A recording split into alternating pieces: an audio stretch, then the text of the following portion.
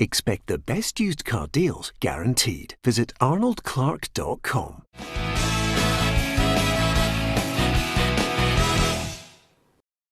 Welcome to Peter and Roughie's football show, sponsored by Arnold Clark. I'm Peter Martin. Alan Rough, Barry Ferguson and Tam McManus are here with me on this Friday. Delighted to have your company. Lots to talk about. We'll hear from Callum McGregor, Brian Easton as well at Hamilton Accies. We'll also be talking, of course, about the altercation which is ongoing between Hearts and Partick Thistle and the SPFL. There's a statement coming out there. Of course, football's going to be back. The government have given it the all clear for the 1st of August. We'll get the guys' thoughts on that as well. And let's not forget that, of course, we like to react to everything across social media. So we'll be getting right into Tam McManus regarding Hibs and their 2 latest signings. Let's see how he ducks and dives on this one over the last couple of weeks of his comments. So that sets the scene nicely for what we're all looking forward to. Here's the word from the Joint Response Group with regards to football getting back.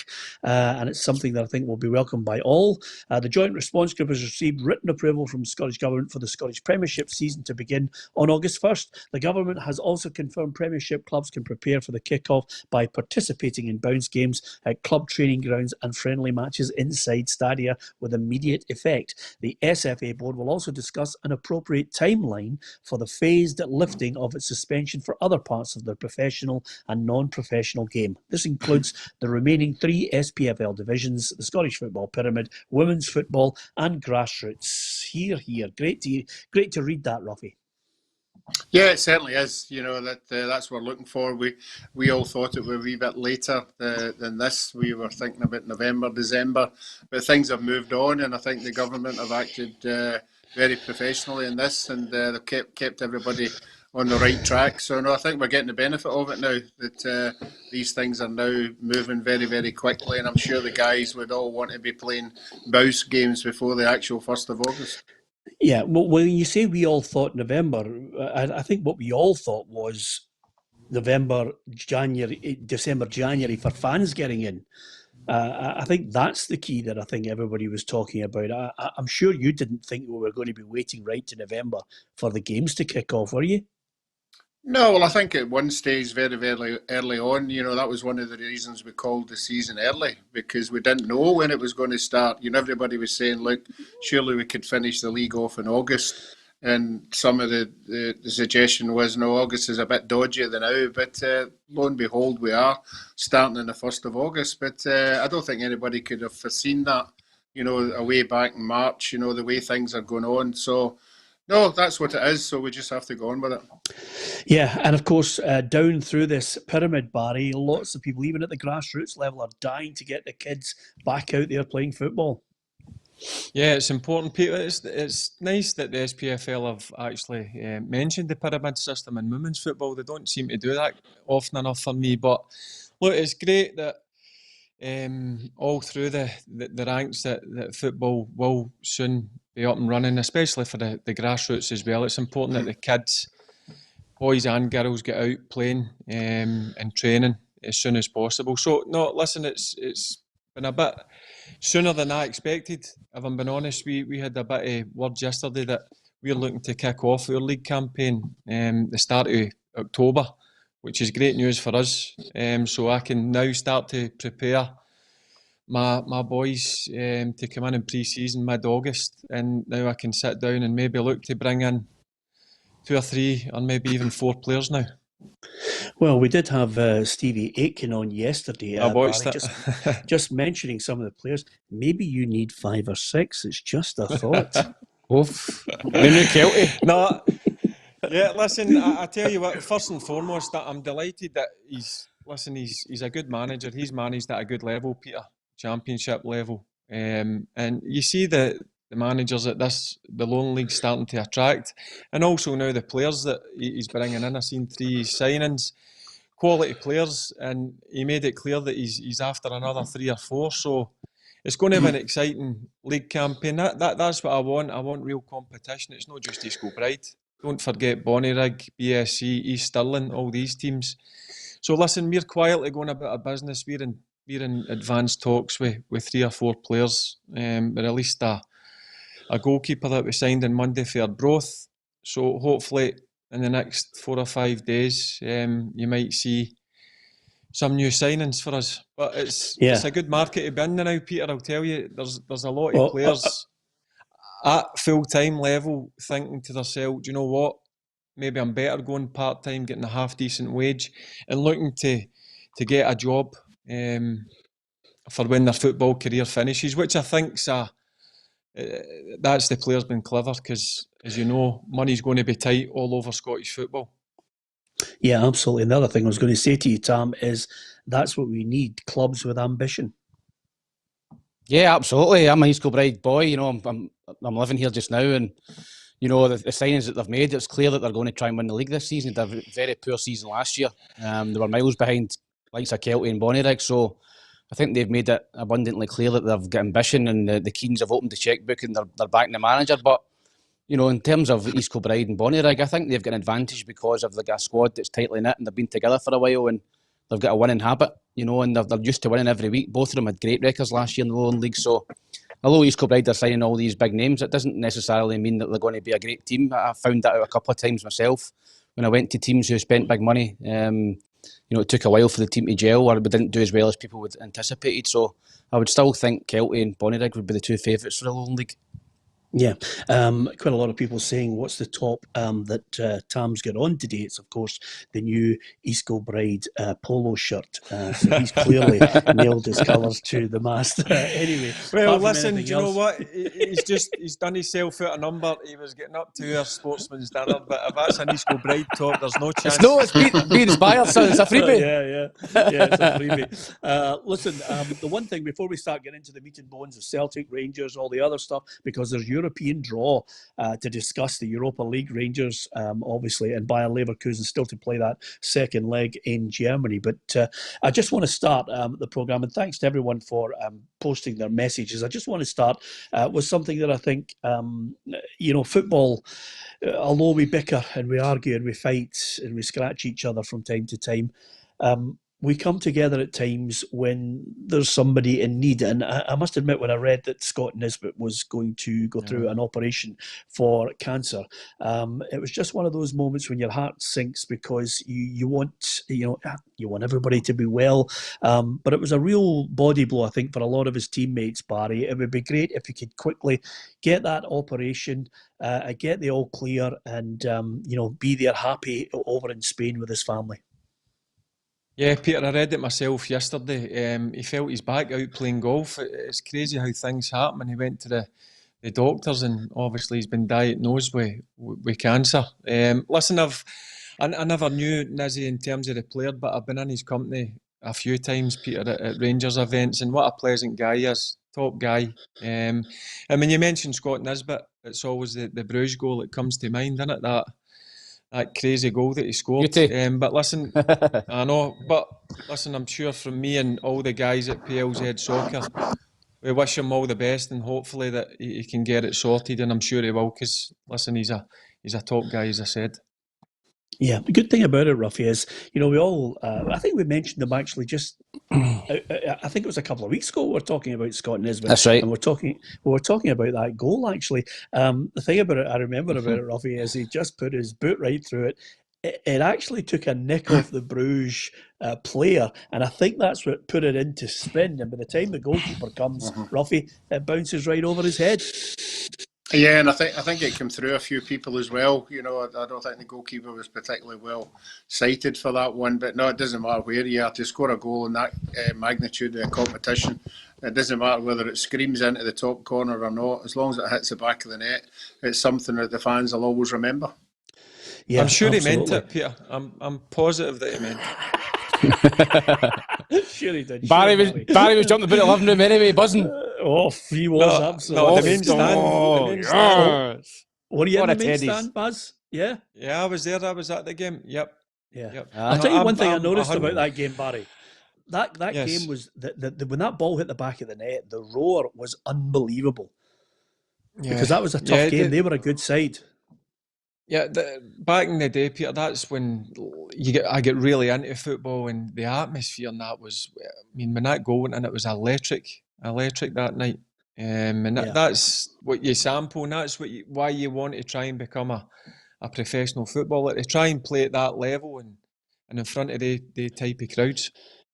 Yeah, absolutely. Get well to Scott Nisbet. I'm sure all the people who love their football want to see him make a 100% recovery. Lots to talk about. Of course, we'll get into the draw in a moment with regards to Rangers, and we'll hear from Callum McGregor and Brian Easton of Hamilton Accies too. But want to talk about some of the signings that are coming in, in and out of the transfer window. Hopefully, because obviously you're aware that East Kilbride every now and then the Wi-Fi drops out and they go back to Morse. They go back to Morse code, which is why Tam looks as if he's slowly but surely fading away there, like Star Trek in the transporter room. But we'll try and persevere with him, because let's hope that you're not going to suffer from double standards today, Mr. McManus, because they've signed Dre Wright, good signing. They've signed Kevin Nisbet, good signing. Suddenly, I think Alec Gogic is on the way as well. But here is a man, Ron Gordon, who wants to stop the win bonuses, stop the appearance money, and he's obviously offered some kind of incentive if they get to a top four finish. But we have a situation where players' wages are being deferred. They'll get them eventually, but there are redundancies on the way, Tam. Now, surely you're not going to defend this. Peter, listen, I don't know the ins and outs of the redundancies. I'm just looking at the playing side of it. Okay, the playing side is they've had wage deferrals. They'll get their money back. They've been speaking for a month, I think, about wage cuts. There's been no player had a wage cut at the minute, as far as I know. A couple of members of staff have took 10%, 20% wage cuts. So if you think I'm going to compare that to Hearts coming out 2 weeks after the end of the season and demanding players take 50% wage cuts, or they were going to sack them, there's no comparison for me, Peter. There are redundancies. There's redundancies everywhere, Peter. There's redundancies everywhere. No, but there's a situation here as well where, quite simply, there's redundancies, which is the first part of it. Then there is a situation where the players are not happy that there won't be any win bonuses or appearance money. That hasn't been agreed yet. So suddenly, when you get to a situation where, the only way you're going to get any kind of incentive is to finish in the top four, which, may I add, is a tall order, suddenly in your signing players, it's a hard pill to swallow, Tam. I'm just on about the fact that, if we're going to have some sort of consistency, then if other clubs are getting leathered for their approach, and I'm not just talking about Hearts, I don't want it to become a Hearts-Hibs thing, because that's irrelevant. I think it's a difficult pill to swallow for players getting signed when other people are losing their jobs. Peter, I absolutely agree with it. I accept what you're saying, but I'm trying to concentrate on the playing side of it. I get there'll be redundancies outside that, maybe coaches, part-time staff. There's been redundancies all over Scotland, all over in every kind of situation, every job. In terms of Hibs, the win bonuses, listen, a lot of supporters will be happy that Hibs are getting an incentive to finish in the top four. It might be more money than they would get and win bonuses if they get to a top four finish. We don't know the ins and outs of what that bonus will be for the top four. If players have already got it in their contracts, a win bonus and appearance money, then I would accept they would be unhappy, because that is going against their contract. So it's up to the club and the players. Is that not bog standard? Yeah, it is. Of course, it is. A win bonus and appearance money in your contract is standard. So they're going to take that away. Peter, I don't know the ins and outs of it. If they take it away, if the players don't agree with it, then they won't agree with it. It's up to the players and Ron Gordon to negotiate something. But I can't accept it, the Hearts and the Hibs, and I know you're not trying to make it that a Hearts and Hibs thing, but I've had a lot of people on social media saying about, you gave Hearts criticism but Hearts were 50% wage cut and threatening to sack them. Hibs have not done that, Peter. They've not threatened, they've not held a gun against anybody's head and said, listen, if you don't take this wage cut, you're out the door. And Hearts done that. Yeah, I am at the point where I'm looking for consistency. I'm not interested in the people who leather you on social media, because it can turn into a situation where nobody's got a real grasp of the facts, and they just view it as a kind of a tribalism, as Wallace Mercer used to say. You're a Heavy, you're a Hearts. I'm not interested in that. I'm just interested in your opinion and whether there's a consistency in it for people who are watching redundancies in a club and then you still go out and sign players. I made the same point. I'm not just highlighting it to think, let's beat you over the head with a hammer. I made the same point, Roughie, with Johnny Hayes up at Aberdeen.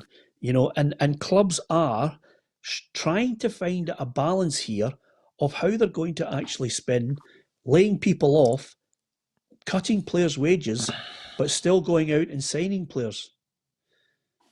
Yeah, it is a difficult one, and I think I would hazard a guess that every team in the SPFL have signed players. Kilmarnocks, Hamilton Accies, I think they've all went out, they've all released players, they've all cut their academy, they've cut their reserve team, and they're focusing now on survival, which means the first team.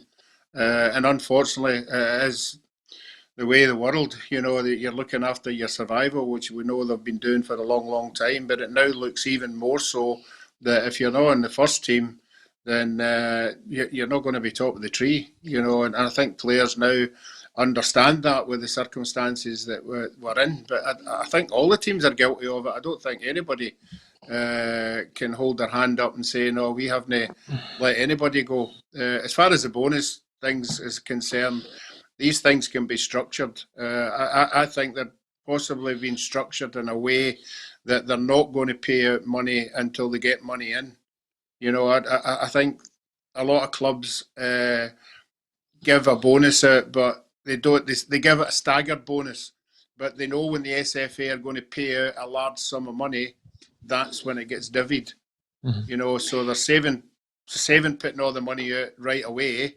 So they'll have a structured bonus for the players if you're maybe 6 after the second quarter or a third quarter or whatever. That's when you'll get weighed in. I think that's the way they've got to do it now, because there's nothing Peter, coming through the gates. Could I just say something? See at a lower level in terms of my club that I'd mentioned 5 minutes ago, we're in talks. We've already signed one goalkeeper. We sent an email to the players that our players are still on furlough, taking 20%, obviously, of what they would be on. And our new signings won't start to get paid until we start back on the training ground. Yeah. Hibs done that as well. We've made it clear on the 21st of August, well, a rough estimate that we'll get back on the training ground. Our new signings that we'll announce over the next, hopefully, week or so won't be on the payroll until we start back on a football field. We just thought that was the best way possible, Peter, just to be open and honest. What you don't want, I get where you're coming from, Peter, guys taking 20-30% wage cuts, new players coming in. Do we know they're on lesser money? Are they taking a 30% wage cut? I get where you're coming from, totally. So I think that's where you've got to be open and honest with your players and let them know the scenario that's going to be happening if you are signing players. Hibs signed Dre Wright today as well, and it was in their official website, and it states that his contract will start on the 29th of July. So his first wage packet will be the 29th of August, or a month's pay, and that is when the deferrals end at Hibs, the wage deferrals. So I felt that was important that Hibs clarified that, because I, like you, Peter, I was pretty angry last night when I heard that Hibs were splashing out 150 grand on a player and signing 2 other players and still doing, coming straight in and getting their money. But none of the players that they've signed at the minute will get paid. Will get their first pay packet on the 25th or 29th of August.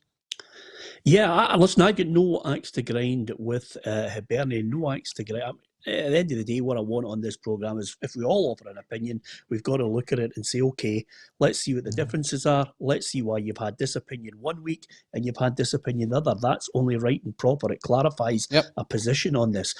The cold, hard light of day, there are coaches and there are staff in the background at Hibs who will go, like everybody else. Whether they're kicking a ball or not, does it make them any less important? Not in my book. So there's that fine balancing act. Yes, we want the clubs to survive. Yes, we want them to have the ambition to satisfy the fans who absolutely are looking and saying, here's your season ticket money, we're backing you. And Hibs fans, over 10,000 of them, have done that big time.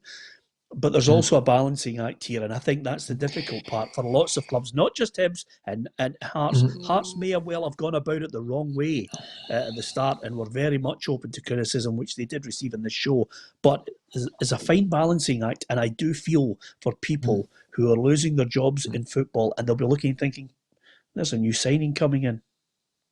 Peter, I'll tell you something. See that staff that you mentioned, see the staff in the background at a lot of clubs, they're just as important as the players.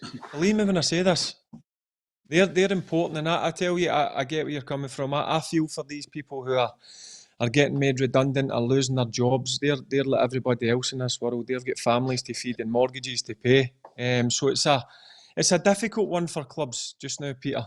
It's difficult when they're obviously maybe running with a lower squad, and they do need to bring players in quickly, because let's be honest, the season's just round the corner now, starting. Yeah. So I get where they're coming from, but I get also the side that other people behind the scenes are losing their jobs. Yeah, the other aspect of this as well is, we like a night out, but we're all going to have to sacrifice one of our nights out to try, Roughie, and put a kitty together to get Tam a better internet connection. It's as simple as that.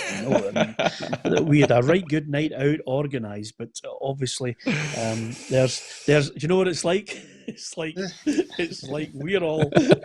me, Barry and Roughie are all part of the 21st century television.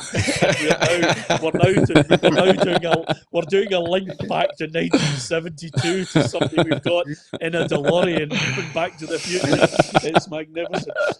Thanks to Gary, who follows us regularly and says there's no positive way to spin this. There is no positive way. Niall, again, I mean, it's about opinions. We are not on this programme, believe me. We have a joke and a laugh, but we're not on this programme to agree with each other and backslap. We're there on the programme to give an opinion and every now and then leather each other. As my old friend Hugh Keevins used to say to me after we had an absolute ding-dong every week on the show, he'd pull his little cigar up and go, "Don't worry, it's showbiz." But nevertheless, we love the football, we love the opinions, and we want your opinions on Bayer Leverkusen or Rangers. Now, have a look at this Europa League draw that's come out there, Baz, because it's Bayer Leverkusen or Rangers against possibly Inter Milan Getafe. 3-1 down. Second leg looks a forlorn hope, Barry. But listen, strange things happen. A lot of Rangers fans will think, miracles. Yeah, Peter, listen, there's no doubt. You've seen Bayer Leverkusen were that step up in quality when Rangers played against them. But look, Peter, you never know. You know what I mean? These games can turn up some crazy results. You just need to look. Listen, that'll be one of the ones in the dressing room. Look see if we go out and perform and we get a decent result here. Look who we can play against. It looks if it's going to be Inter Milan. That's what you want to. That's the games you want to play in, Peter. There's no doubt about it. Did you not play against Inter Milan? Yeah, I played behind closed doors. Yeah, I at thought San Siro. Yeah. That was one of the games that you want to obviously play in the San Siro in front of 80,000 fans, and it was a closed door game, which wasn't ideal, Peter. But massive club, what an opportunity it is for Rangers in a one-off game. You never know, as you says. These games spring up some surprises at times, and you never know. But it's going to be a hard ask for Rangers. Let's be honest. Yeah, absolutely. Somebody mentioned there, and I think I may well, and my apologies if I have lost the thread on it. Somebody was talking about the fact of, would you do the same thing if it was PLZ? Well, the answer is yes. PLZ Soccer, like everything else, Barry, we're all in the same boat. We're all doing the same thing. We could lay off people if we wanted to, but we're trying as hard as we can to keep everybody going. This company is no different from anybody else. If suddenly you cannot balance the books, you go. It's as simple as that. And that's the same type of thing that we're facing, that every other business across the country is facing. I'm no different. You want to try and keep your team together, and you want to be fair to them. Yeah, Peter, listen, we've had some important meetings with yourself, and listen, I wouldn't go into it on air, but listen, we've had to do certain things to keep, as you says, keep your show up and running, and listen, the last 3 months it's been different class, it's been different, let's be honest, but listen, we've enjoyed it, we've all enjoyed it, and everybody, when we've had the meetings, Peter, everybody's back to you, and And what's going on here with Tam McManus? We've enjoyed it. This guy's not right. He's having a mare. He really is. He's just an absolute disaster area, isn't he? And the funny thing is, Niall had said to me, is there any chance he could actually sit still? He's bobbing about like a madman. It's absolutely... I would say it's a joy to watch, but unfortunately, he's mental. Peter, every company's going through the same thing just now, so we're no different. We've had to do certain things that you have asked, but listen, we're still here and we're still hopefully producing a good show for everybody. Yeah, I think, Roughie, the one thing about it that I would say is over the last 3 months in lockdown, we've managed to come on air Monday to Friday every night, and we've had, 65 odd guests and lots of top drawer people for our fans to enjoy. Yeah, I mean, Barry's talking about, what we've done for all the listeners. We've given them an avenue. It's been a joy for us. We're in the same position as everybody else. To know that you're going to be doing something at 4 o'clock, it gives you something to look forward to, and that's what the last 3 months has been. So we're the same as the people that we're supplying the service to. We're enjoying it as well. And it's something that we look forward to. Yeah, absolutely. What we're going to do now is we're going to do a competition where you get a chance to spot where Tam's going, because you're having an absolute mare, by the way. It's unbelievable. Anyway, do you know what I think's happened, Peter? Yeah, Peter, I think you rocked him. I think you've rocked him at the start of the show. As my machine thing, the thing's broke. It keeps sinking. The thing I put my phone in. I'll tell you what we'll do. What? You sit there and sort it out, and we'll let you go until you can come back with it fixed. Anyway, that's absolutely vintage stuff from him, isn't it? Apart from anything else, we'll get back to Tam in a minute, and hopefully he can give us another opinion, which doesn't involve there. That's him shouting on his wife, by the way, as well. So to help him out with it. So, listen, priceless. You now know that the programme is absolutely 100% live. So the Europa League was one aspect of it. What about the Champions League as well? Now, listen, there are so many different permutations. I think across Germany, we mentioned that the four stadia that will host the latter stages of the European competition. Here's the Champions League and how it's all squaring up as well. Real Madrid and Man City versus Lyon or Juventus. RB Leipzig versus Atletico Madrid. Napoli, Barcelona, or Chelsea, Bayern Munich, which is fantastic. And then Atalanta against PSG. And this is matches that will be played between August 12th and 15th. I mean, that is absolutely sensational, Roughie, isn't it? Yeah, I was reading that Man City have objected to the neutral stadium. They want their second leg playing at their stadium, and I think UEFA backed down. They're going to allow them that. I think the same with Wolves as well. I think they're going to be allowed to play at their own stadium as well. So I think UEFA showing a bit of common sense here that if you go away from home, and you have a reasonable result, you've got every right, to play, particularly because it's behind closed doors. You need to get some kind of advantage, and there's so much money involved in that tournament that they were quite right in sticking their heels in that one. Yeah, some tasty ties as well, Barry. Oh, Man City, Real Madrid, Chelsea, Bayern Munich, Peter. That's mouth-watering. Brilliant games to look forward to. Top teams as well, Peter, so I can't wait. They're the games that you want to sit down and watch. Brilliant teams that can play the game. Quite a lot of people saying to us, would it be beneficial for us to actually maybe, and this is all about opinions really, would it be beneficial for us to add Tam's wife onto the programme and just have her instead? Because we'll get a consistency because she clearly knows how to work the equipment. She stays calm under pressure. She certainly doesn't swear on air as well. And she's just an all-round good girl, Roughie, isn't she? Yeah, and she could play us a few tunes, which I'm sure Tam can. Absolutely, because she runs a weekend disco in East Kilbride with social distancing, which is fantastic. Thank you to Martin. Are you okay now? You happy? Yeah, that's me. Sorry, guys. Sorry. Yeah, the machine kept sinking. Right, don't worry about that, by the way. Usually what happens, Tam, is people actually prepare and are in place for quarter 2 before the show comes on. But we don't want to pressure you into it because obviously you've agreed to defer your wages. So, Martin, while we sign someone else. Martin Miller says, every day the show's made lockdown less soul-destroying.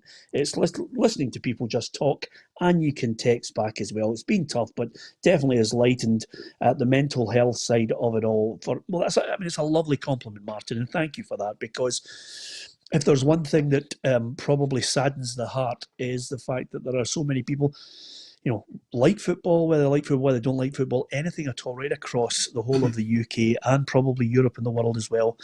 There are lots of people who, just want someone to talk to, someone to lighten the load, someone to connect with, communicate with. The mental health issue is something that's, been at the forefront of everybody's mind. So if we've helped along the way, thank you for that lovely compliment.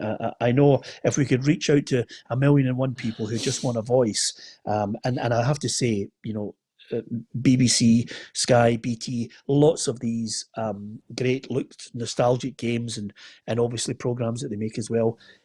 Everybody's trying to do their best just to, communicate with people and make it that little bit more bearable in these difficult times. So thanks for everything.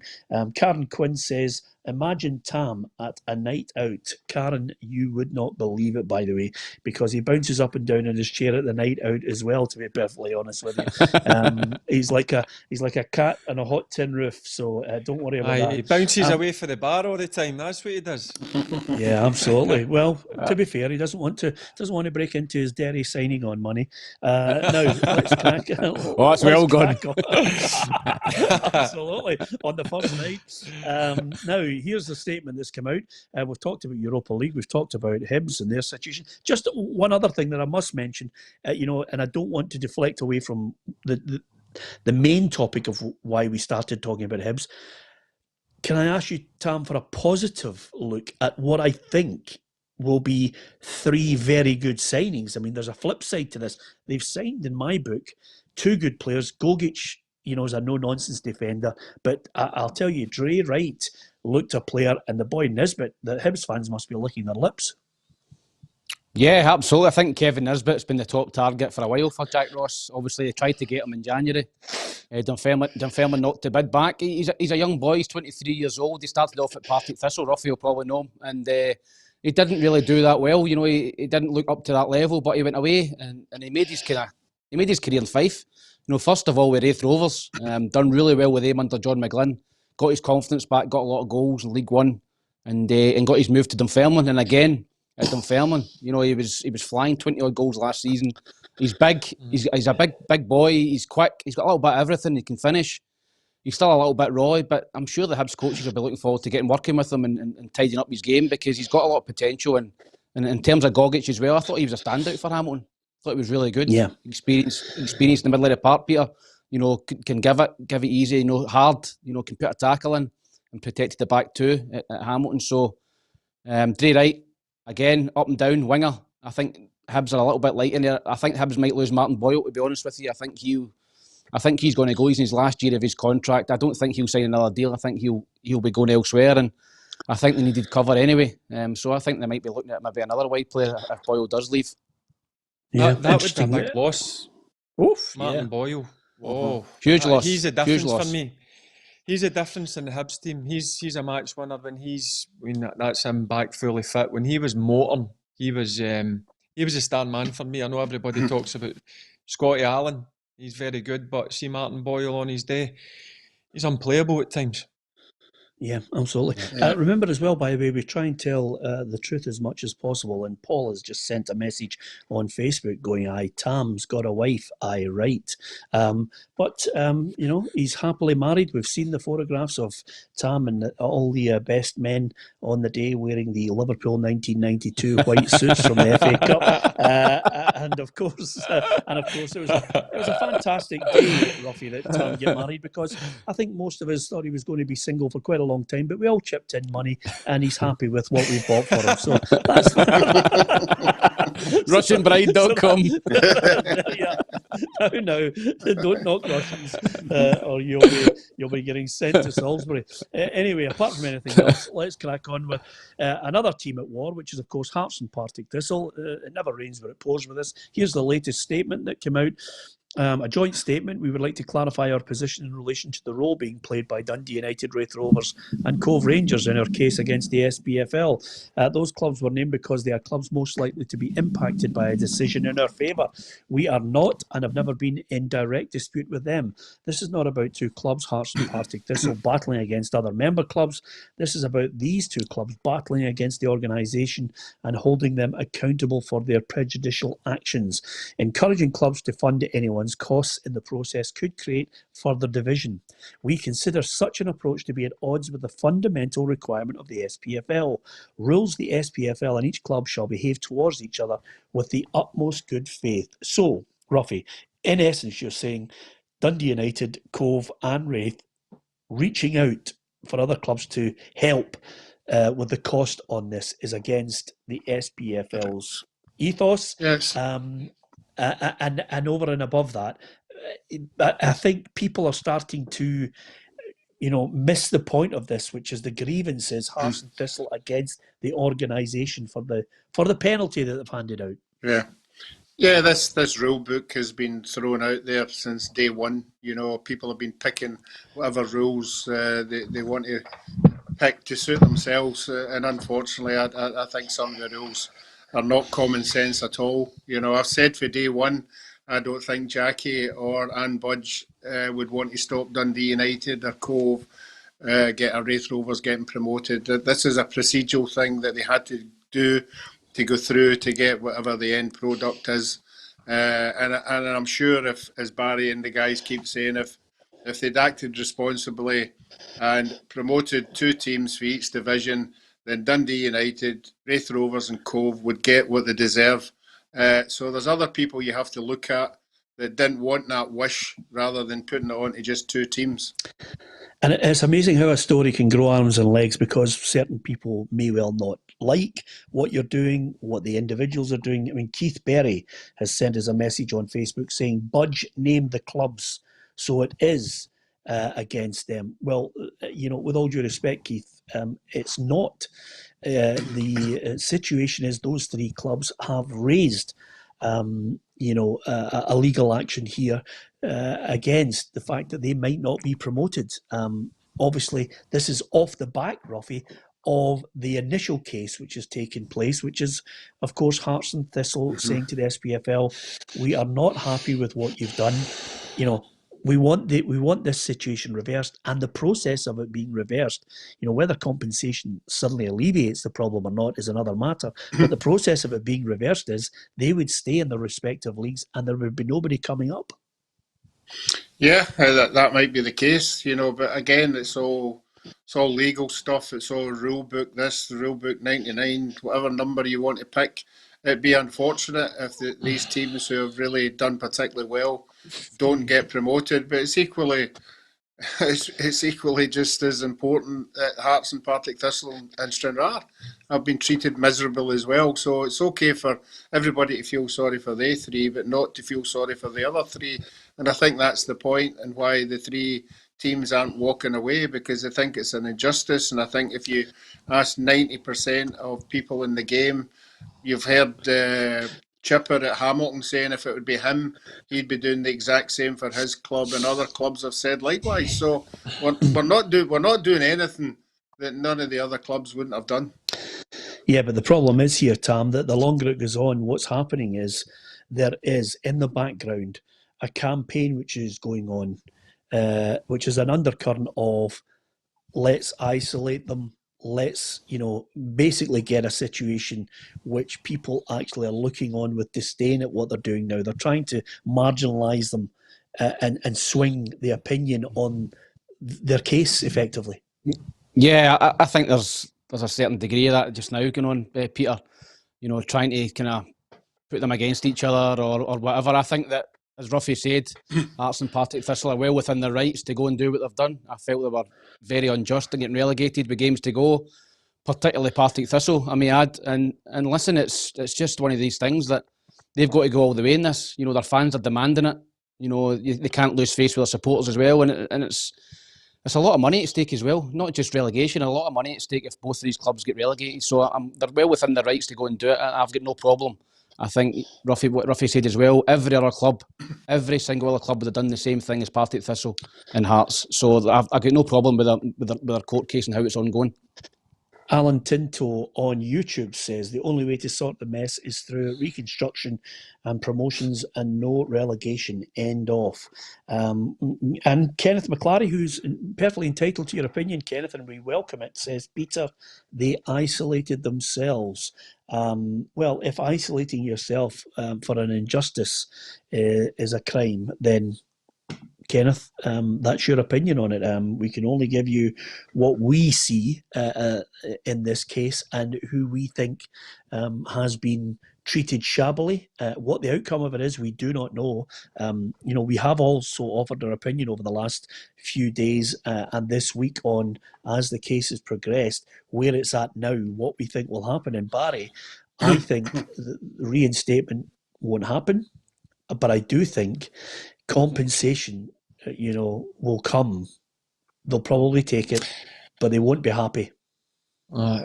Peter, it's a mess. The full thing's a mess. I feel for Hearts and Partick, but also I feel for Dundee United, Raith Rovers and Cove. Now, what you just mentioned there a minute ago, common sense, reconstruct, what I mentioned the other day, but I just don't know where it's going to end. Look, I think Hearts and Partick will find themselves going down a division, which I think's harsh, but they need to be compensated. But listen, Peter, I said for the start, are you surprised with this SPFL?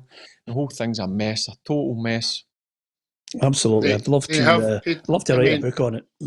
I mean, Barry's talking about the season, the obviously the senior teams, but the Kelty Brora Rangers thing is as big a joke as anything that's been decided. They're talking about, once we get up and running, we're going to play the 2 semi-finals and the final of the Scottish Cup. How could you not have played 2 games and a game against Brecon City in a week? We put that. Pick a week. Pick a week. We put that. It's ridiculous. We put that to them. Listen, if it was halfway through pre-season, when pre-season was allowed to go up and running, we would play Brora. And then, obviously, the SPFL would have to put the 42nd club, which was Brecon, forward, and they weren't prepared to do that. Yeah, but so, remember, do you know by what, the way, Peter? You can have it in writing. See all these clubs, as I keep going on about, see these clubs in the pyramid system. Great that they've got... I'm telling you, it's not just about the teams that I mentioned, us, East Kilbride, Bonnyrigg, East Stirling, BSC. Now you've got Darville's, all these guys who are putting money in, investing, trying to get through the pyramid. Don't be surprised if something happens down the line that this pyramid doesn't happen, allow these clubs back up. Yeah, that's my biggest worry for these clubs. Yeah, the reason why nobody cares about Kelty, Hearts and Brora is because you've got no power.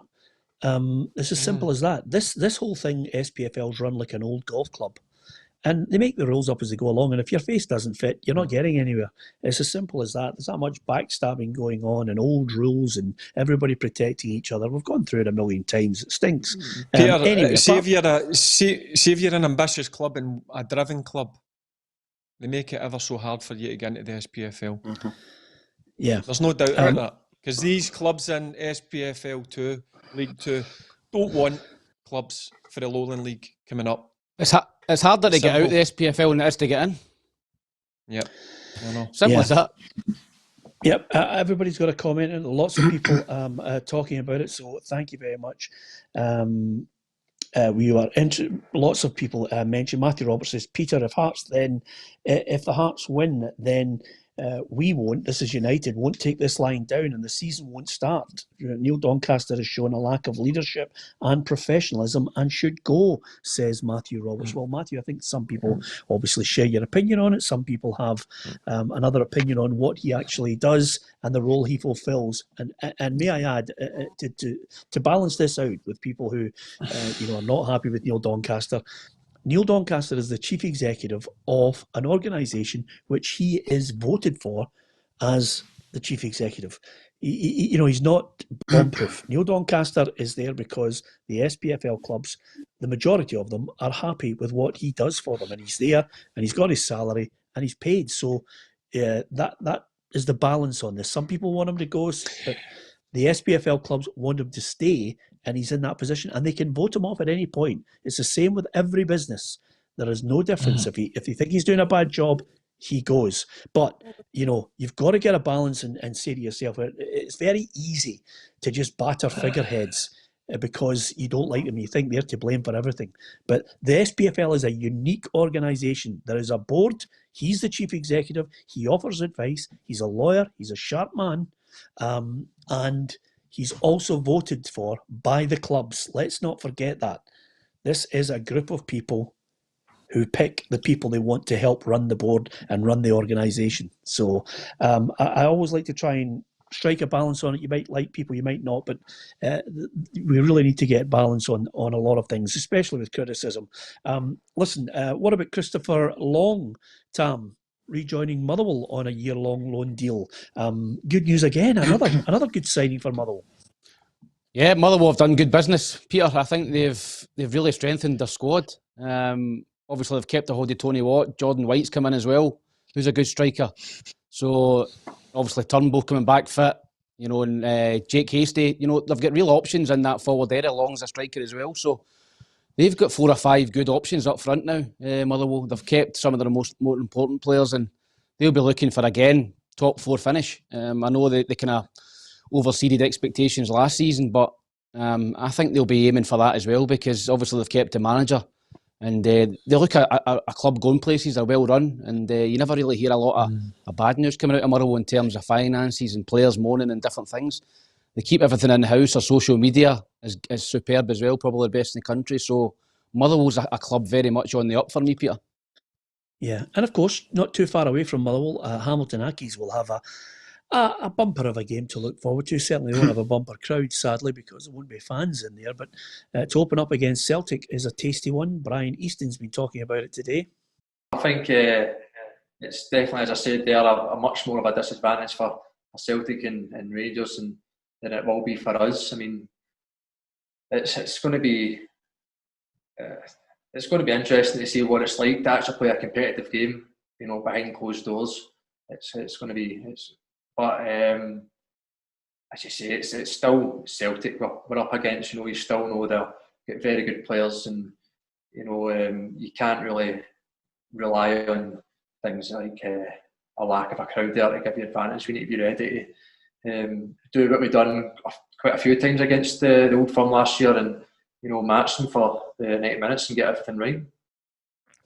Roughie, see, you lot all leathered me when I had a go at Hamilton. I said they'll be able to cope with no fans.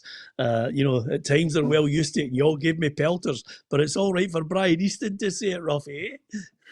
Yeah, I mean, I've never played in a game closed door. Barry has, so yeah. I just can't get my head around who gets advantage out of this. It's the same set of players on the park. Yeah, your home crowd gives you a bit of motivation, there's no doubt about that, but as far as the actual ability on the part and the players that are on, I don't think it should sort of curtail you at all, really. Yeah, I thought you were going to say for 1 minute there, Roughie, I've never really played in front of a wee crowd before, so I wouldn't know. No, I've done that. No, I've done that a few times. I was just waiting for you to give us that line. Anyway, a lot of people on the show on Facebook and YouTube are giving us their thoughts. I'll read out as many as I possibly can. Don't forget to like, share and follow, and of course subscribe to our YouTube channel as well. Something's happened with Barry. It's Tam's wife's over there. I forgot to bring my iPad.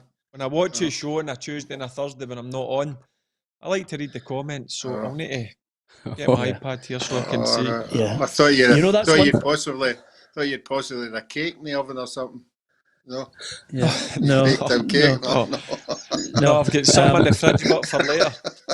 Yeah, but the funny thing is, I was saying is, that's what I miss about it, Barry, because when we're actually all sitting around the couch and we've got the big screen and all the comments come in, I mean, it's fantastic. You do know I edit here while I'm doing the show. I can see the comments come in and I'm thinking, I'm not reading that one out because that's going to demoralise somebody on the show. I'm not reading that out because it's clearly, fine. It's fine, Peter. Yeah. We don't bother. Barry, Leather skin. There are some comments that come in that clearly are for people who are unhinged. There's the line. Unhinged. It's as simple as that. It's not the show for them, Peter, is it? It's not the show for them. I'm getting those T-shirts for all of us. Anyway, apart from anything else, the 99% of people who come on the show and pass their comment are thoroughly decent, brilliant people who love their club, and that's why we love having them on. Celtic and Rangers have got friendlies coming up in France, which is good, Barry. Lyon and Nice, good opposition. I think Rangers are going to play Coventry and Motherwell behind closed doors, and Celtic are going to play PSG. So good tests along the way. Yep, and against good quality, Peter. That's the thing. It's a total different pre-season for what the players will be used to. And as I said the other day in the show, listen, you can do all the training on the pitch, all the running, but the most important thing before you kick off a season is getting 90 minutes in the legs, and to get 3 or 4 is going to be really important for all the clubs, not just Rangers and Celtic. Every single club will try and get as many games as possible, but it's going to be a lot harder than what it would normally be, Peter. So, no, that's good opposition for both the Old Firm. But I'm sure the rest of the teams in the SPFL I think they're playing against each other, which is going to be strange as well, because they're going to be kicking off the season in 3 weeks against each other. But as I say, game time's the most important. Yeah, absolutely. Loughborough, that's where Celtic are training at the moment. I don't know if you've seen this, Roughie, but the demand for the new strips from every club now is magic. That's what I love about it. When you see your favourite team and they've got a new strip out, and the kids get excited and you get a chance to go and get them a top, and then you post it on Facebook to annoy your friends. It's great, isn't it? I mean, the latest strips that have come out, the money that can be made from it is astronomical. Yeah, it's a highlight of if you're a particularly family club when you've got kids. They're all wanting a jersey each. I don't know if we're doing it this year, but we have an open day at Partick Thistle. It's a Sunday where the players train on the park. All the supporters come in, and then they have a signing session behind, and then all the kids can buy the merchandise, and the strips just fly out the door, particularly if it's a new design. So I suppose that will happen. I don't know how it'll happen this year, but certainly there will be some avenue for that further down the line. Yeah, Roughie, do you take your World Cup picture, get the kids to sign that and punt it for a $5? No, I don't think the kids would actually know who I am, to tell you the truth. But hey, listen. I did it once. There's some merch in there, some signed Roughie stuff. I tried that once, communicating with kids. We had an open day a couple of years ago, and you know how we've got our big mascot, Kingsley. And Kingsley was floating about, and a lot of the wee kids were sort of frightened of them. But we'd also had merchandise that was a small Kingsley. And the kids were buying them, and I was with Jackie Lowe at the time, and Jackie said, "I'm going to buy these 2 wee kids a wee Kingsley because they look as if they want them." So she bought the 2 things and gave them the 2 wee boys. Cut off these primes. Oh no! Just a bit will we ever find out what happened to Kingsley? Can you believe that? By the way, right at the moment, but the story. Peter, can I just say, I'm sure yours would have been the same. See, when it was like the pre-season and new strips, I was always excited as a young boy. Yeah, the new strips coming out. Going holiday. I used to love it. I used to love it. What was your favourite strip, Barry? No, I mean of the Rangers. We know you like a Rangers strip, but I mean of the Rangers ones that come out. Was there one that you thought, I'll never forget that? Probably my first one was it was an away strip I got. Remember the kind of the white one, and it had the red and blue stripe across the middle. The pinstripe NTL on it. It was just a plain white. And it had McEwen's stripe lager across the middle. And the collar, the kind of blue collar. Right. That was is this first... Is that your first one as you were a player, or is that the first one when you were a boy? No, when I was a boy. Right. Yeah. Okay. Listen, you join us at a critical time here. So many people wondering what happens to Oh, Kingsley. how far I don't know how far you got. We got You to bought Kingsley. the wee Kingsleys. You bought the wee Yeah, Kingsleys. I bought the two wee. We bought the two wee Kingsleys, and we gave it the wee boys, and they were as pleased as punch. But I stupidly told them that these wee Kingsleys were the same as gremlins, and if you actually get them wet, they grow to the same size as Kingsley.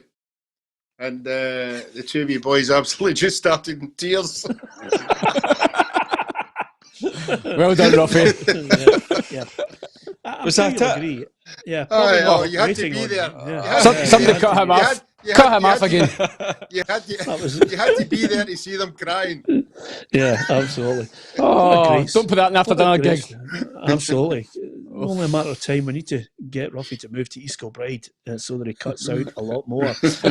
Anyway, apart from anything else, Celtic are down in Loughborough training. Callum McGregor has been speaking today. I think for the group, it's very much business as usual. We're back in as a group, and we understand the challenge that's ahead of us. But the reason why we've been so successful in the past is because of the way that we work. We take every game at a time. We don't look too far ahead, and that's the success that we've been built on. So we understand what's in the background, but ultimately for us, we have to focus on the next training session, the next game. When they start to come around, and if we can always improve every day, then you've got a great chance of winning come the match day. And that message has to stay the same. We have to try and block out all the noise coming from everywhere else, and just look at the next game and keep trying to improve as individuals and collectively as a group. How many players do you think Celtic need, Tam, to have a good chance of retaining the league? I think they need a goalkeeper, Peter. I think they need, if it's not Forster, they need a top-class goalkeeper. I think they need to hold on to what they've got, to be honest. I think that's more important than strengthening. I think if they can get all the players back from injury, they've got a big squad at Celtic, when everybody's fit. There's a lot of competition there, but I think the main one is a goalkeeper and maybe a centre-half. I think they're kind of covered elsewhere. I just think keeping a hold of Edward and Forrest, McGregor, Christie, Julian even at the back, keeping a hold of all these guys and adding maybe one or two is more important to Celtic rather than Rangers, who I think need to topple Celtic. They need to go and buy 4 or 5 real quality players. I think Celtic need to hold on to theirs. Many do you think, Roughie? I would think a couple. I think there's enough. Haven't had a lot of game time. The fullback hasn't had a lot of game time. The striker hasn't. You notice I'm not trying to mention his name. The striker hasn't had much game time. Is that the boy? Is that the boy right back? Future? He's Boy Future. he looks good. Really? It's his classic. Once you're falling into that trap, you don't fall into it again. Exactly. If he doesn't know the name, he just says the boy. Yes. Whatever Klamala. Yeah. Klamala, the Polish striker as well, he's not much. Well, he had 15 minutes against us, and it looked as if he had something, but we've not seen enough. No, I agree with you. There's so many options for Celtic, particularly in that midfield. And we know every time one of them comes on, they produce the goods. And that's the strength that Celtic have got. But just to get back to the interview there, he's a definite captain of Celtic in the next 3 or 4 years. I think they're now modelling him on Scott Brown. Whenever Scott Brown decides to retire, I think he'll be the new captain of Celtic. Interesting thought, Tam. Yeah, I agree with him 100%. I think McGregor leads. I don't think he's probably as noisy on the pitches, but as Bruni or in the dressing room. But he leads by example with his performance, and I think that's what you've got to do as a captain as well. You can't just be a ranter and a raver like Barry at Rangers as well. He'd both. He was a ranter and raver. Andy had led by example with his performances. So I think that McGregor is definitely, agree with Roughie. I think he's just getting groomed into being that Celtic captain when Scott Brown eventually leaves, maybe in the next year or two. He's an all-round midfielder, Peter. He's got a bit of everything, Callum McGregor. When he broke on to the scene, 3 years ago or whatever, when he became a regular, you're thinking he's a decent player, but see, every single season, he just goes up a notch or two. And listen, he can create, he can sit in midfield, he can bomb forward. He's definitely, the last couple of years, he's went up different levels for me. Okay, a couple of things I want to get your thoughts on, guys, just before we go. Of course, Billy Gilmore, it looks as if it's 4 months, Barry. That's up. I know, when I read it, I was devastated for a young kid. We were actually talking about him on a show the other day, Peter, which I think in the next 2 or 3 years he's going to be an unbelievable footballer, not just for Chelsea but for our national team. So devastating news, but sometimes as a young player, Peter, you've got to have a few knocks, and this is a big knock for him. He'll just need to make sure he gets his rehab done, which I'm sure he will at a club like Chelsea. They'll have the top specialists and top physios, but in time. So it's a body blow for the kid, but listen, I'm sure he'll come back stronger for next season. Yeah, Gary Ryan Moore has said, Peter, could you ask Barry, was it the Umbro 1984 to 1987 C.R. Smith kit? It was a cracker. That's the one. Is that it? Is that the one you got your photograph taken with Ian Durant? That's red, white and blue one. I was on his shoulders. Red, white. Really? Just really, Tam? It sounds really staunch. Barry's wearing it. They've a brown bronze on it. I've actually, do you know what? Here, I'm going up to my mum's on Sunday. I'll pull it out. I'm sure it's up the loft. I'll pull it out and I'll have it. Yeah. Hopefully on Monday. Well, it would be great if you could, because I don't know if you noticed, guys, but somebody asked to borrow the backdrop that I usually sit behind. So I thought, I'm going to have to quickly position it. What strips is that, Peter? You've got there. Keeps everybody on side. He's definitely no in his man cave. That's for sure. Oh no, this is the. Oh well, you've shuffled it about then. You've shuffled the strips. Where's all his select strips? Anyway, apart from anything else, so there's. Is that a Gerrard strip? Can you see? No, it's not. Larson. He's got 3 of them. So there you have it. That's where's his select one, Peter? Can you pan left, Peter? No, shut it. No, I can't. Oh, it's stuck.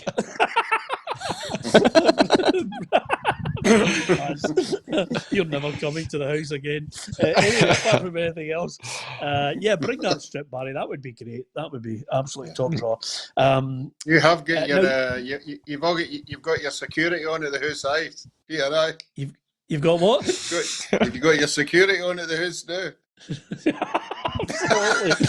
Absolutely.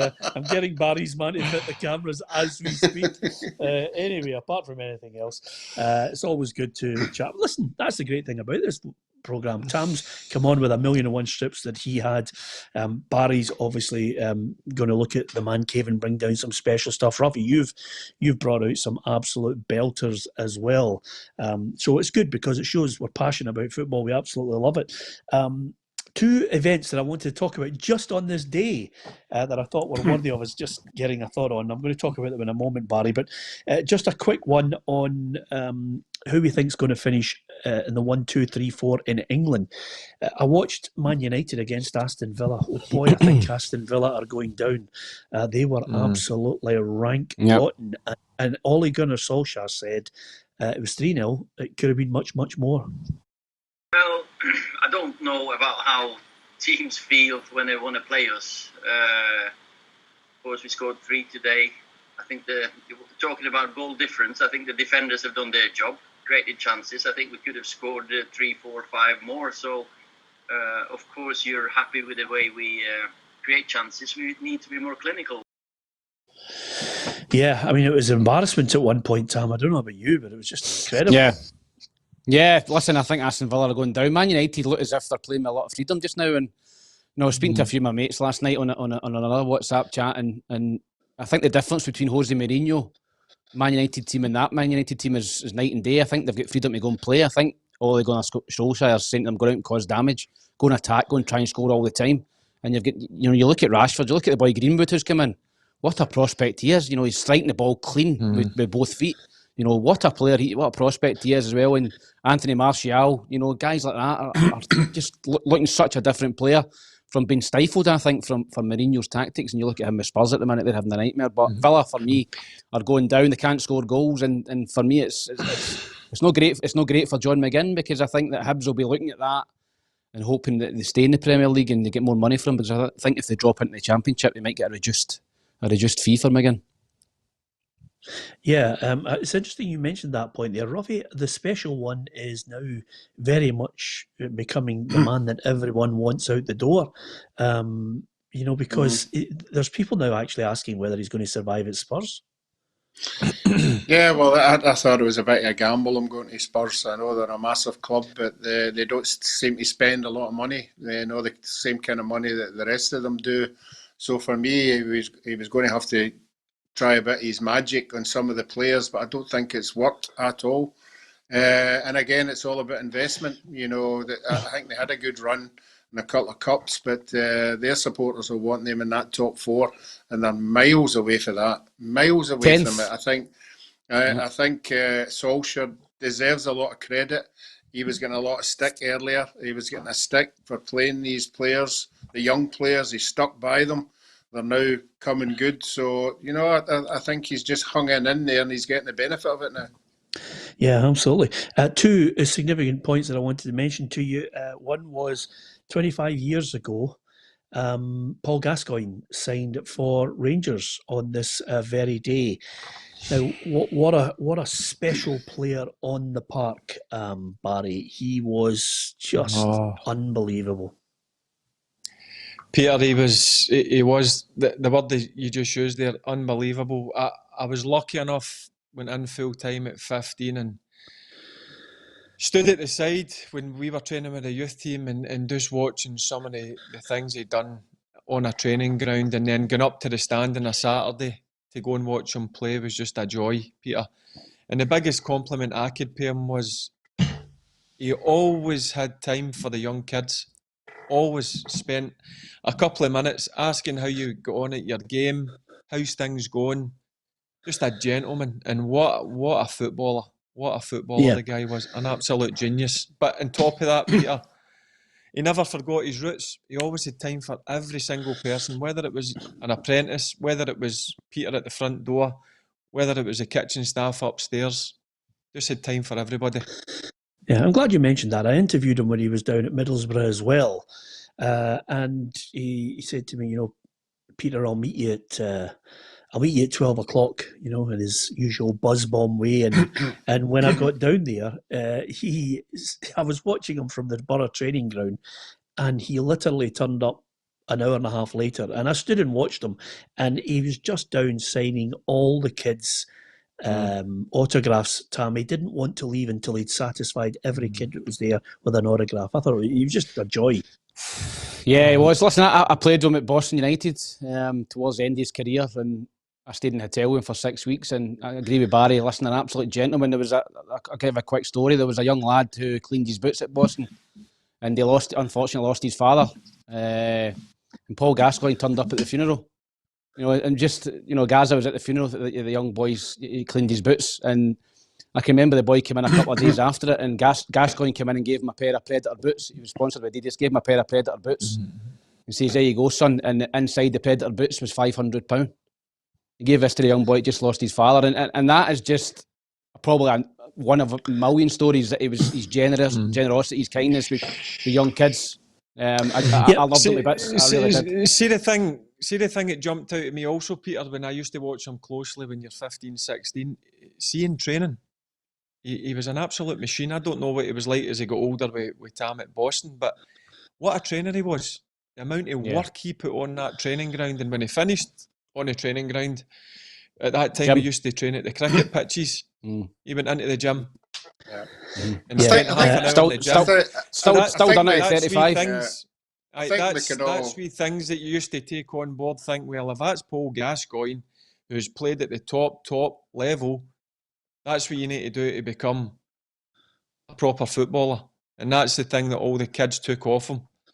Yeah, I think we can all talk about how good a footballer he was, and we all know how good a footballer he was. But for me, he did what modern day footballs don't do now. They don't put a smile on your face. And he put a smile on everybody's face. It didn't matter whether he was playing football or not. He made everybody happy. And I think that was the biggest thing for me, because we all know he was a fantastic footballer, but on the park, off the park, he would just, if you were in his company, you would be smiling by the time you left. Right. Yeah, Peter, could you imagine? Peter, could you imagine as a young kid sitting in the boot room? You had just played a game the night before in Gaza, walking in after training, sitting down, spending 10 minutes with the boys, asking every single one, how did you go on last night? What was the game like? Did you score? How did you play? It was amazing for me. He was the one out of everybody who spent the most time with the young boys. Also with Coisty and Durante were big on that as well. Yeah, I'll also offer a note of balance here for people who are quick on the Facebook and the YouTube. Off the field, I'm not going to dance about it. Paul Gascoigne was a troubled soul, and he made a lot of mistakes, and I think he holds his hands up to more than a few of them. They're well documented. I only mentioned the fact that he signed for Rangers all those years ago. It was 25 years ago. On the park, I thought he was a footballing genius. My experiences with him were first class, but I'm only there as a journalist to ask him the questions that at that time on the park. Off the park, there are many things that people do that are not up to the way you should behave. But on the park, he was a genius. 31 years ago, Roughie, Mo Johnson signed for Rangers. That was the second one I thought I would mention. Listen, forget Gaza. 31 years ago, all hell let loose in Scotland. I mean, it was mental. I can remember it clearly. Yeah. Oh, we've all heard the stories, about how that came about, and obviously a lot of them for Bill McMurdo and some of the guys who were there. About him hiding in the toilet, and them they're not wanting to announce him and all that carry on, and then obviously I think he went away with a Rangers team somewhere, and they booked into a hotel for a meal, and they sat him at a table himself, things. That was in El Choco. Yeah, that was things like that. I mean, but. We all know Mo would be up for all that. Mo would love all that kind of thing. And I have to be seriously. I don't think there is many footballers that could have done what Mo did. I don't think there's many of them would have his thick skin to turn and try and turn it round. Yeah. Here, can I just say something about? Yeah. I couldn't believe how good a player he was. He was a fantastic player, Mo Johnson. He was top drawer. He was top drawer. I know. I was until he came to Rangers. Again, it's one of the ones where you go and you think, he's a good player, but when you watch him, I couldn't believe how good he was. And see if you ask any player who played with him, they would say the same thing. Now, Barry, you've got a photograph with sitting in Durante's head. I've got a photograph of Maurice Johnson sitting on my shoulders, painting the stand at Firhill, and he was a young boy. That's right. That's a good photograph, Roughie. Peter, 31 years ago. Yeah. So I would have been 8 years old. His posters get ripped off the wall. Anyway, on you go, Roughie. Yeah. To be and I was putting these posters up my wall. Right. So to be fair, after 6 months, Mo was on Roughie's shoulders painting Firhill green, white, and gold at the time. but anyway, apart from anything else, he was a brilliant player. I mean, fantastic. And to be fair, I probably would have signed for Rangers as well, Barry, and lived in Edinburgh too. Because that's where he lived. If you want to get out of the madness, go in the opposite direction. But at one thing I would say, 31 years ago, fair play to Graham Souness. He stood by his principles. It's something that I've got nothing but admiration for him for. Was he stood by his principles? He wanted to sign the best players, regardless of their religion. He made a point of that. He certainly went about it in a strange way with Mo. I can understand him as a player. I absolutely get it. Mo had to be that type of player that would take the flak on it. What I would say is it certainly broke down a lot of barriers. Have we moved on 31 years later? we have as far as signing certain players that can play for anybody of any denomination whatsoever. I'm not so sure we've moved on off the part with regards to religion, sectarianism, racism. I think there's just as much work to do now as there was 31 years ago, which is a sad, sad state of affairs. But that's only my opinion on it. But Mo Johnson certainly broke down a lot of barriers for a lot of talented players, Tam, who could then go and play for Rangers because it was all about the football. Yeah, it should always be about the football, Peter. It should always be about the football, and Rangers obviously went on and signed a lot more Catholics after that. It opened the door, and it shouldn't be a barrier to anybody.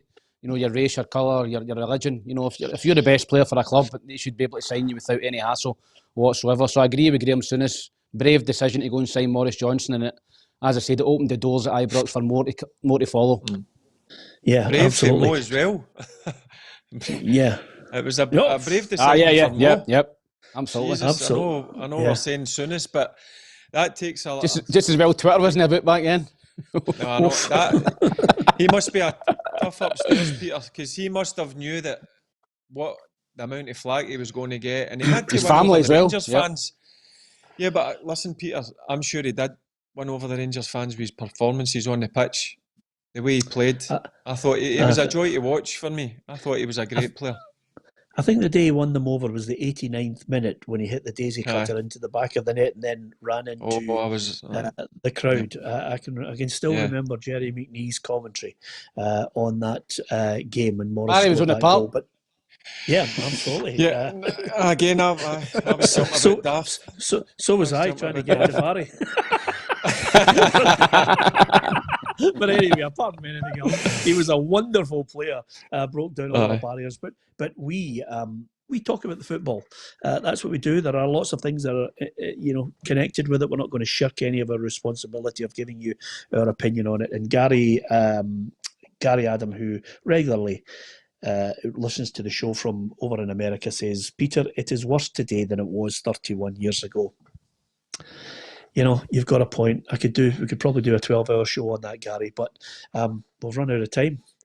We are now at this point going to enjoy our weekend. The good thing is, Nicola is slowly but surely allowing us all to get 1 and 2 families together and 3 families. If we could get 4 families together, Roughie, that would be great, because that would allow Tam to come to the party that Barry's organised over the weekend. But unfortunately, it's only 3. So he's just missed out on the big night out at Barry's ranch. That doesn't surprise me. I'm always the odd one out. Shocking, man. He's only winding you up. Now, come on, Barry, tell him the truth. Tell him the truth. There's me, there's Barry. I better not find out you've got a party, Barry, and I'm not invited. No. It's me, Baz, Roughie, and Budge is invited before you as well. That's how low down the rankings you are. Yeah, absolutely. Come on, the Jambos. Apart from anything, the battle goes on. Thank you to everyone for joining us on the programme. Don't forget to like, share and follow on our Facebook. And if you do get a chance, subscribe to our YouTube channel. Lots more special guests on the way, and we're getting ready for the new season as well. We'll bring you lots more interviews and coverage, and hopefully, fingers crossed, if Tam and Barry and Roughie can get their finger out, we'll be doing lots more exciting things for you in the new season. But at this moment, from Tam McManus, from Roughie, from Barry Ferguson and myself, have a great weekend, and don't forget to still follow the rules. Thanks for watching.